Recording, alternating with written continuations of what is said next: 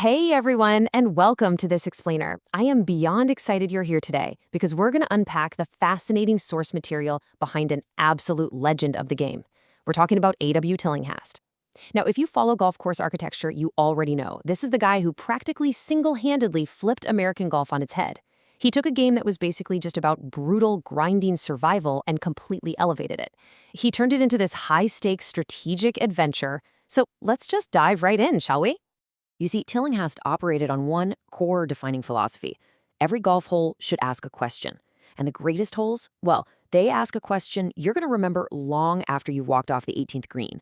This wasn't just some catchy marketing slogan for him. This was literally his entire design ethos. When you step onto a Tillinghast tee box, you're not just up there to mindlessly hack at a ball. You are stepping into an active problem-solving scenario. The course is actively interrogating you, and it's totally on you to come up with the right answer. Which naturally brings us to the central mystery of today's deep dive. It's a question I want you to kind of just keep in the back of your mind as we go through this explainer together. What makes a golf course truly unforgettable? Is it just jaw-dropping scenery? Is it bone-crushing difficulty? Or is it something a whole lot deeper? Let's trace this visionary's journey and find out. Section 1. The Golden Opportunity. Right time, right place. To really understand his impact, we have to look at the context of when he actually arrived on the scene. Albert Warren Tillinghast was born in 1876 in Philadelphia, literally stepping onto the stage at the perfect moment. I mean, late 19th century America was just waking up to golf. Private clubs were springing up everywhere. Championships were gaining serious traction, but the country desperately needed architects who could actually match those massive ambitions. And because he was born into a pretty well-off family, Tillinghast had these incredible advantages early on. We're talking extensive travel, top-tier education, exposure to sport and culture. All of those experiences massively stretched his imagination, way before he ever sketched out a single fairway. Section 2. A golfer discovers strategy, from player to designer. Okay, so here's the thing. Tillinghast wasn't some agronomist or civil engineer first. He was a player. He was a deeply passionate, ultra-serious competitor who just loved the game. And he used his resources to travel all over Britain. But he didn't just play those ancient, iconic fairways, he absolutely dissected them. He walked the hallowed ground of St. Andrews, he analyzed Prestwick, he marveled at North Berwick, and he scrutinized Royal St. George's. He was out there meticulously examining the strategic brilliance of the absolute best links courses in the world. But, and this is a really crucial point here, he never, ever intended to just copy and paste what he saw in Scotland and drop it into America. Not at all. He asked himself a much deeper question. What exactly makes these specific holes so unforgettable? His ultimate goal was to distill the absolute essence of how those courses forced a player to make decisions. Section 3. The Birth of Heroic Architecture, Redefining the American Game. And that right there is the paradigm shift he pulled off. When you compare his style to the state of early 1900s American golf, the difference is staggering. Honestly, the old style was pretty one-dimensional. The whole emphasis was just on straightforward punishment. Narrow fairways, incredibly heavy rough, basic hazards. The goal was mere survival. Just don't mess up. But then you consider Tillinghast's vision. He firmly believed golf should encourage bravery. It should tempt you into taking risks, and it should absolutely reward your imagination.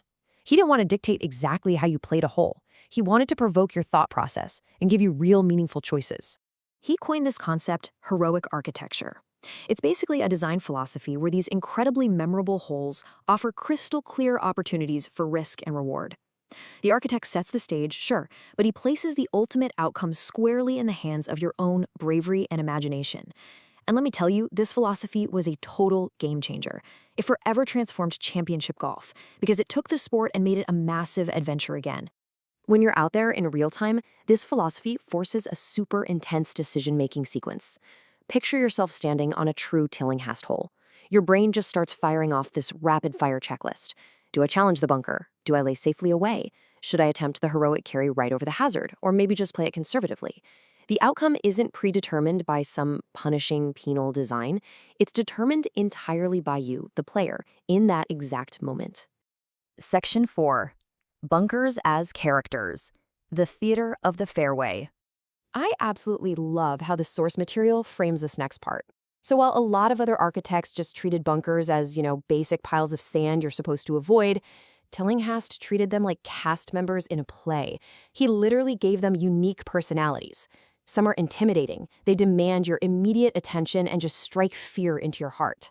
Others are deceptive. They're super tricky to read, and they're purposefully placed there to mask the true distance to the pin. And then you have these quiet bunkers. They subtly influence your decisions without shouting at you. Every shape flowed so naturally across the landscape, but make no mistake, every single hazard had an undeniable strategic purpose. Because he treated his architecture like a literal piece of theater, he was able to design these natural landscapes that pulled a very specific emotional roller coaster right out of the golfer. Think, wonder, hesitate, attack, celebrate. His courses practically force you to feel every single one of those actions. You're not just swinging a club, you become the leading actor in a drama of your own making. Oh, and here's a super surprising and just fantastic fact about the man himself. Tillinghast was also a wildly passionate writer. Unlike a lot of his peers, he loved explaining his thoughts. His essays were packed with wit, humor, and so much passion. He really viewed golf as both a gritty athletic contest and a beautiful artistic expression. And because of that, modern architects have this incredibly rare, valuable window straight into the mind of a master. Section 5. A Legacy of Champions. Separating good from extraordinary. By the 1920s, this guy was a legendary voice in the American architecture boom, sitting right up there with greats like Donald Ross and Alistair Mackenzie. America's absolute finest clubs were actively hunting him down to build the ultimate championship tests. I mean, just think about his incredible roster of masterpieces. Winged Foot, Bethpage Black, Balta's Roll, Quaker Ridge, San Francisco Golf Club, Ridgewood Country Club. Honestly, these aren't even just golf courses anymore. They're iconic sporting arenas. And why exactly did the greatest tournaments want to play these venues? Well, because Tillinghast designs reliably separated the good golf from the extraordinary golf. His courses never favored just one specific style of player, like they didn't just reward the power hitter over the precision putter. Instead, they rewarded intelligence, execution, and above all else, sheer courage. They were built to identify the absolute most deserving champions. But honestly, if you look beyond the champions and the shiny trophies, his true, lasting legacy is memorability. Think about it. If you ask a golfer to describe a Tillinghast course decades after they've played it, they're not going to rattle off their scorecard. No way. They remember the moments. They remember a daring approach shot over a ravine, a dramatic bunker complex that looked like a monster, a brilliantly tiered green that broke 3 different ways. His architecture was purposefully designed to linger in your memory long after that physical scorecard went straight into the trash. So, to kind of sum up our deep dive today, some architects out there, they quietly guide golfers through beautiful landscapes. Others are focused entirely on creating loud, unforgettable moments. While A.W. Tillinghast, he achieved both. He masterfully blended these gorgeous natural topographies with intense, meaningful decision-making. And that's exactly why his work remains endlessly fascinating for both the world's best champions and everyday golfers like you and me. So we end exactly where we began today, with the question. More than a century later, his greatest courses are still out there, quietly waiting, asking those exact same timeless, strategic questions to anyone who steps up to the tee. The only thing left to ask is, are you brave enough to answer them? Thank you so much for joining me for this explainer today. Keep learning, keep swinging, and I'll see you all next time.